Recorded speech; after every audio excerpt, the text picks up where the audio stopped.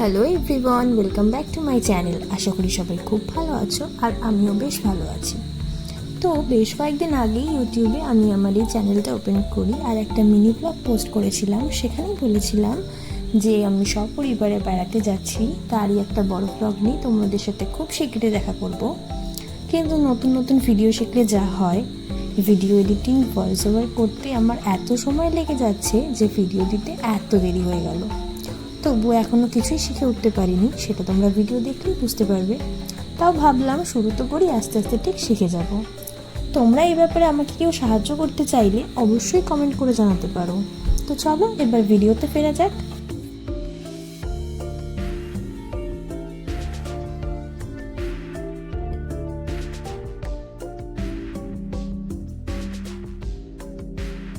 তখন ভিডিও দেখে নিশ্চয়ই অনেকে বুঝতেই পেরেছো যে আমরা কোথায় এসেছি।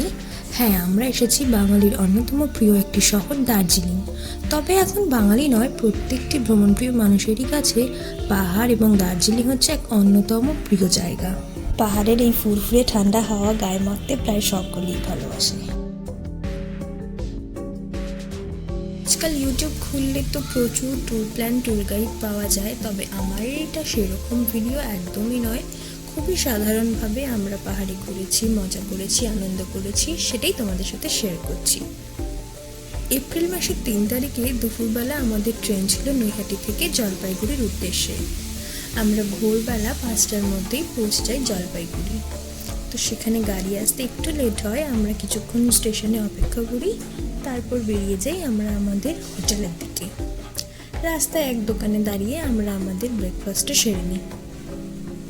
তারপর হোটেলের চেকিং টাইম যেহেতু একটু বেলায় ছিল, তো ড্রাইভার দাদা আমাদেরকে বলে ঘুম মনেস্ট্রিটা ঘুরে নিতে। তো আমরাও তার কথা বেরিয়ে পড়ি ঘুম মনেস্ট্রি দেখতে। তারপর মনেস্ট্রি ঘুরে ওখানকার লোকাল দোকানগুলো একটু ঘুরে নিয়ে আমরা অবশেষে পৌঁছাই আমাদের হোটেলে।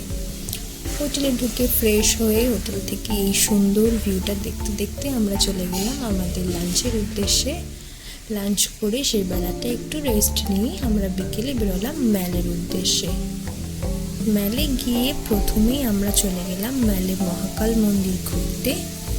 মহাকাল মন্দির ঘুরে এসে ওখানকার লোকাল দোকানগুলো ভিজিট করলাম, আর সাথে মোমো এবং চায়ের সাথে আমরা আমাদের সন্ধ্যাটাকে খুব সুন্দরভাবে এনজয় করলাম। দুঃখের বিষয় একটাই যে আমরা যেদিন পাহাড়ে এসে পৌঁছাই সেই দিন থেকে পুরো ট্রিপটায় একদিনও আমরা কাঞ্চনজঙ্ঘা দেখা পাইনি, কারণ আকাশে ছিল প্রত্যেক দিনই ভীষণ মেঘ। কিন্তু পাহাড়প্রেমী মানুষদের এই মেঘটাও ভীষণ ভালো লাগে, তাই আমার তো বেশ ভালোই লেগেছিল।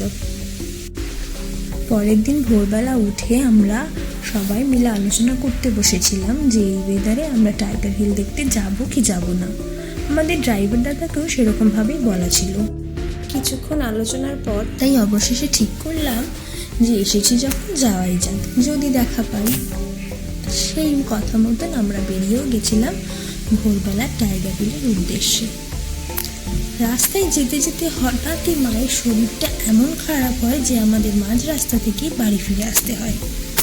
রাত্রির জাগা, তার উপরে ঘুম নেই, সেই অবস্থায় মা একটু টায়ার্ডনেসের জন্য শরীর খারাপ করে ফেলে।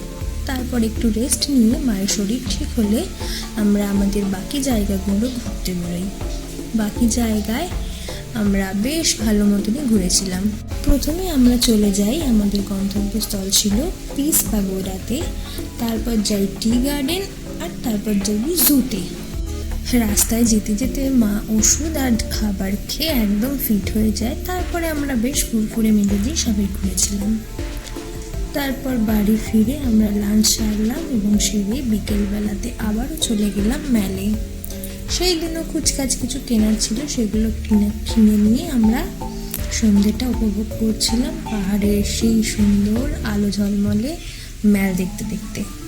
উপভোগ করছিলাম পাহাড়ের সেই সুন্দর আলো ঝলমলে ম্যাল দেখতে দেখতে দেখতে সেগুলো কিনে নিয়ে আমরা সন্ধ্যেটা উপভোগ করছিলাম পাহাড়ের সেই সুন্দর আলো ঝলমলে ম্যাল দেখতে দেখতে সেগুলো কিনে নিয়ে আমরা সন্ধ্যেটা উপভোগ করছিলাম পাহাড়ের সেই সুন্দর আলো ঝলমলে ম্যাল দেখতে দেখতে।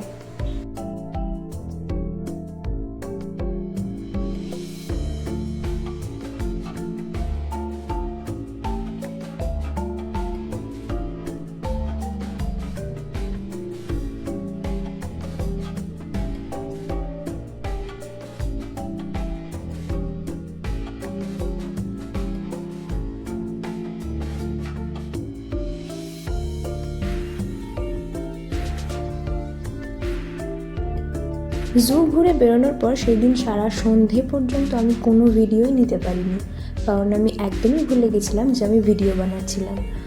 আসলে এই ভিডিও বানানোর অভ্যাস নেই তো, তাই ভুলেই গেছিলাম যে আমাকে ভিডিও করতে হবে।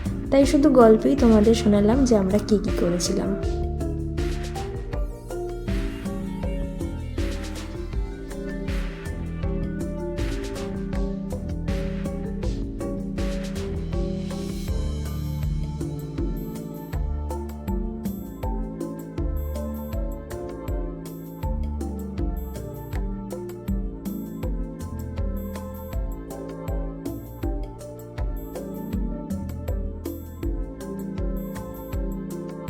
পরের দিন সকালে ঘুম থেকে উঠে স্নান সেরে জলখাবার খেয়ে আমরা আমাদের ব্যাগপত্র গুছিয়ে রেডি হয়ে গেছিলাম, কারণ সেই দিন ছিল আমাদের দার্জিলিংকে টাটা করার দিন।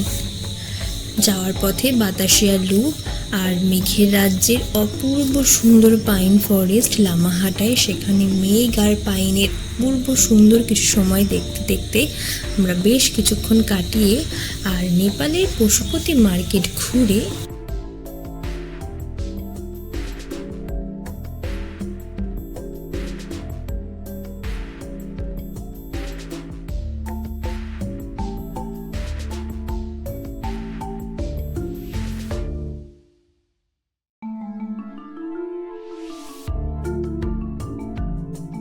এতক্ষণের ভিডিওতে অনেকেই হয়তো লক্ষ্য করেছো যে অনেক জায়গাতেই আমার ভিডিওর সাথে কথার কোনো মিল নেই, আবার অনেক জায়গাতেই শুধু ভিডিও আছে কিন্তু আমার কোনো কথা নেই। কারণটা আমি আগেই বলেছি যে যেহেতু আমার নতুন ভিডিও, তাই এডিটিংটা শিখতে আমার একটু সময় লাগছে, আর আমি এখনও সেরকম এডিটিং শিখে উঠতে পারিনি। তাই আর কি এই ছোটোখাটো ভুলগুলো হচ্ছে। আশা করি পরের ভিডিওতে সেটা আমি ঠিক করে নিতে পারবো। তাই কেউ প্লিজ জাজ করবে না, আর ভিডিওটা এনজয় করো।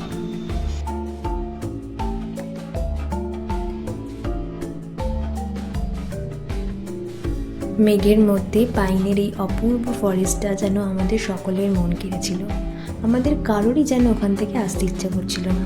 প্রায় অনেকক্ষণ ওখানে সময় কাটানোর পর অবশেষে আমরা বেরোলাম।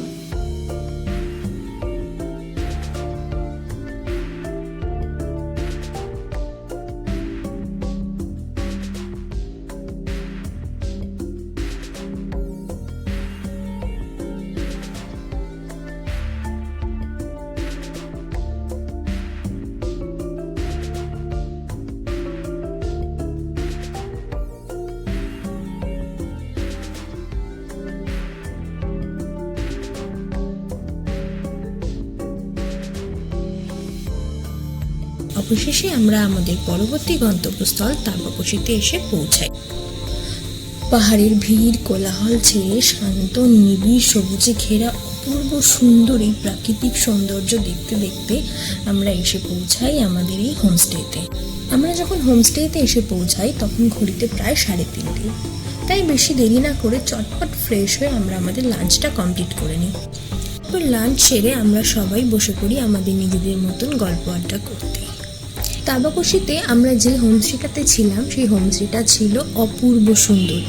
যেমন সুন্দর ছিল তার আশেপাশের পরিবেশ, তেমন সুন্দর ছিল হোমস্টের রুমগুলো। হোমস্টের রুম থেকে বাইরের দৃশ্যগুলো তো গল্প করতে করতে দেখি তখন প্রায় বাইরে সূর্য অস্ত যায়। তাই আমরা আমাদের গল্প ছেড়ে আমাদের হোমস্টের ব্যালকনিতে এসে দাঁড়াই। পাহাড়ে তখন মিষ্টি মিষ্টি ঠান্ডা হাওয়া বয়ে যাচ্ছে, আর দূর থেকে ভেসে আসা পাখির ডাকের সাথে আমরা পাহাড়ের কোলে সেই সুন্দর সূর্যাস্তটা উপভোগ করছিলাম। সে যেন এক অপূর্ব দৃশ্য। তারপর সন্ধ্যাবেলা চা আর স্ন্যাক্স নিয়ে সবাই মিলে বসলাম গল্প আড্ডা করতে। পাহাড়ে এই বেশ কটা দিন কীভাবে যে কেটে গেল সেই নিয়েই গল্প করছিলাম। এরপর বাড়ি ফিরে আবার প্রতিদিনের সেই রুটিনে ফিরে যেতে হবে, এইসব নানান গল্প করতে করতে আমাদের সন্ধ্যেটা বেশ কেটে গেল। অনেক আনন্দ, অনেক ভালো স্মৃতি আর বাড়ি ফেরার দুঃখ মনে রেখে আমরা ঘড়ির দিকে তাকিয়ে দেখি তখন প্রায় অনেক রাত্রি হয়ে গেছে। পরের দিন সকালবেলা আমাদের ড্রাইভার দাদা বলেছিল একটু দেরিতে আসবে, ট্রেন ধরার যেহেতু কোনো তাড়া ছিল না, কারণ আমাদের ট্রেন ছিল সন্ধেবেলায়। তাই বেশি তাড়াহুড়ো না করে আস্তে আস্তে গিয়ে রাতের ডিনার সেরে এসে আমরা শুয়ে পড়লাম। পরের দিন সকালবেলাতে ঘুম থেকে উঠে স্নান করে রেডি হয়ে গেলাম। আমাদের সুন্দর এই ভিউ, সুন্দর এই রুমটাকে টাটা বলে আমরা বেরিয়ে পড়লাম এনজেপি স্টেশনের উদ্দেশ্যে।